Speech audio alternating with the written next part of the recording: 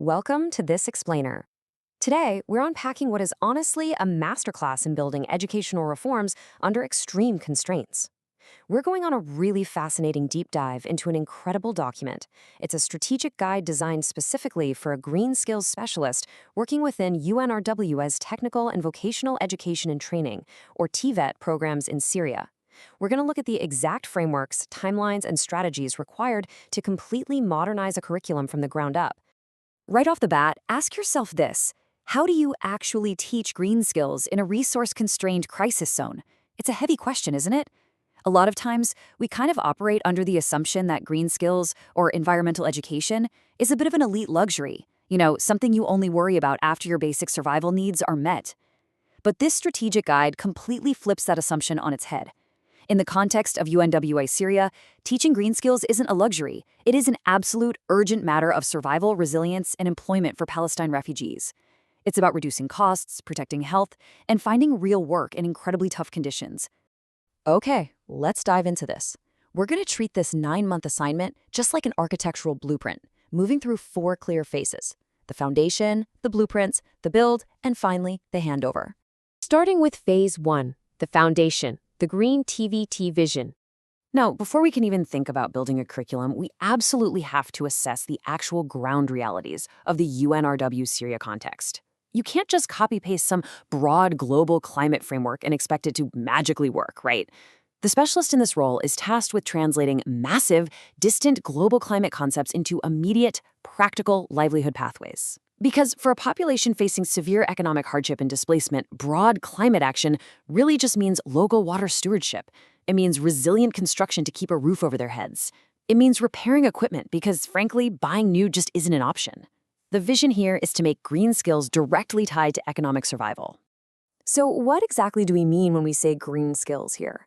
Well, the guide is super clear about distinguishing just basic environmental awareness from actual accessible workplace competence. Green skills in this context are twofold. First off, they're the highly technical competencies specific to an occupation, like knowing exactly how to size and maintain a solar panel. But second, they include these crucial cross-cutting capabilities that apply everywhere. We're talking resource efficiency, life cycle thinking, and the safe handling of hazardous materials. It's not just knowing about the environment, it is the proven, tested capability to do the work safely and efficiently. Moving on to Phase 2, the blueprints, building the green curriculum. All right, so we've got our foundation and our definitions. How does the specialist actually architect this thing? Well, it turns out it requires a really rigid, competency-based architecture. The guide demands this unbroken, sequential chain of curriculum design. It all starts with the need. What does the labor market actually demand right now? That occupational demand then strictly dictates the competency that has to be taught. In turn, that competency shapes the specific learning activity in the classroom or workshop. And finally, that activity must lead to a verified assessment. And notice I said verified assessment. The guide is explicit that assessments have to verify actual physical performance and decision-making, not just the memorization of a few environmental facts. Now, what's really fascinating about this approach is how green skills are not just isolated into one generic environment class. Not at all. They're deeply integrated across totally diverse occupational pathways. Over in renewable energy, it's about solar sizing. In sustainable construction, trainees are learning retrofitting and insulation. In the circular economy pathway, the whole focus is on repair, remanufacturing, and reuse. And in green digital skills, it's about using actual sensor data to track electricity use. It is a comprehensive system, touching everything from managing dangerous refrigerants to running full energy efficiency audits. But hey, a blueprint is only as good as the people it actually serves, right? The implementation here has to be radically human-centric. The guide strictly requires the specialist to directly consult with women and persons with disabilities. Why? Because a green economic transition has to expand access to decent opportunity, not create whole new layers of exclusion. Practically, this means actively challenging occupational stereotypes about who can do technical green work. It means integrating gender-responsive safety arrangements in the workshops and ensuring reasonable accommodations are in place so the curriculum is truly, absolutely accessible to everyone. Next up, Phase 3, the build, whole institution greening. Think about this for a second. A beautifully designed, perfectly inclusive curriculum blueprint is basically useless if the physical environment of the school completely contradicts what's being taught. Trainees cannot learn resource efficiency in a wasteful environment. It's that simple. You can't sit in a classroom teaching students about water conservation and safe waste management and then just let them walk out into a training center workshop that's leaking water everywhere and illegally dumping hazardous materials. The institution itself absolutely must model the safe, lawful, and health-conscious practices it fully expects its graduates to apply on the job. So to solve this massive disconnect, the strategic guide actually transforms the UNWR TVET centers into living, breathing, practical laboratories. Students and instructors are tasked with actively participating in measuring and improving their very own campus environment. They use real energy meters to track power usage, they set up legitimate waste sorting stations, they run their own water leak inspections, and they implement rigorous workshop housekeeping. The campus literally becomes the very first real-world test of the green skills they're learning inside. And through all of this, the green skills specialist is sitting directly at the intersection of three equally important and sometimes competing agendas. Anyone who has ever worked in management is going to relate to this balancing act.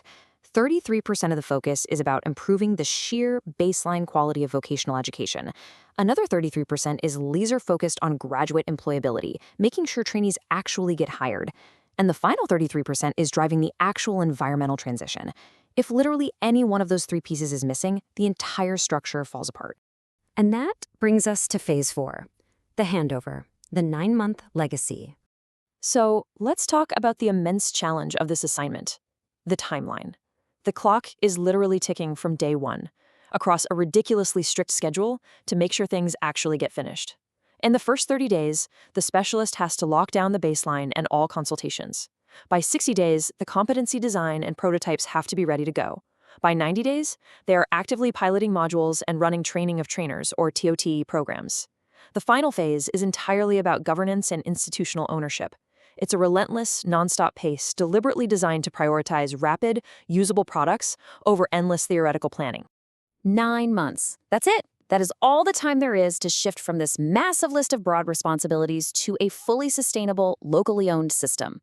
Because the ultimate goal here isn't for the specialist to stay forever. The goal is to transfer absolutely everything over to permanent master trainers, the local instructors, and the actual curriculum owners long before the contract ends. There's a quote directly from the strategic guide that I just have to share because it totally cements our core takeaway today. It says, "The post should leave behind more than reports. It should leave curriculum products, capable trainers, evidence, partnerships, and ownership." Because let's be honest with ourselves, we've all seen those development projects where the big handover is just a messy Google Drive link sent on a Friday afternoon. That absolutely does not work here. The true measure of success is not a stack of PDFs sitting on a server. It's a highly functional, self-sustaining educational system for Palestine refugees that fully outlives the specialist who helped build it. To wrap things up, I want to leave you with this final, kind of provocative thought. If a fully functional, highly effective green education system, one that directly links environmental action to actual employment and resilience, can be successfully built in a severely resource-constrained crisis zone like UNRW Syria, well, how should that redefine what we consider possible in sustainable development and education worldwide? Seriously, if they can do it there, what on earth is stopping the rest of the world? Thank you so much for joining me in this explainer. I really hope this structured look at institutional strategy was as fascinating for you to learn about as it was for me to share. Until next time, keep learning.